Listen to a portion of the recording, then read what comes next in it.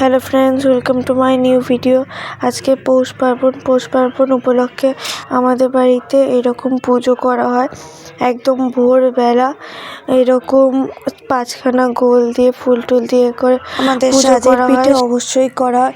আর এইদিকে তো যদি শুধু সাজের পিঠে তো আর ভালো লাগে না, সেই জন্য এইখানে এখন মা অনেক পিঠে বানাচ্ছে। আর এখন এখানে মালপোয়া ভাজা হচ্ছে। দেখো সব মা কি সুন্দর করে মালপোয়া ভাজছে। মালপোয়া ভাজা হয়ে যাওয়ার পর এই যে আমাদের এবার সাজের পিঠে করা হচ্ছে। আর আমাদের এরকম মাটির সাজে করেই করতে লাগে, কারণ প্রত্যেক বছর মাটির সাজ পুরাতে লাগে, সেই জন্য আমাদের এই মাটির সাজেই করা হয়। তো এই দেখো কি সুন্দর করে করা হচ্ছে। তোমাদের পৌষ পার্বণের দিন কার বাড়িতে কী পিঠে হয়েছিল অবশ্যই কমেন্টে জানিও।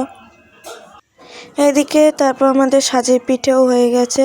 সাজের পিঠে হয়ে যাওয়ার পর আমাদের এইখানে পায়েস হচ্ছে। এদিকে দেখো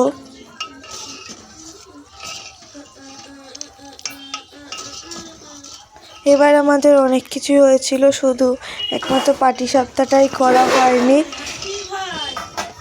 আগে পাটিসাপটা আগে খেয়েছিলাম, তো সেই জন্য আর পাটিসাপটাটা করেনি মা, শুধু এই বাদবাকিগুলোই করেছিল। আর তারপর ওইদিকে পায়েস করা হয়ে গেছিলো।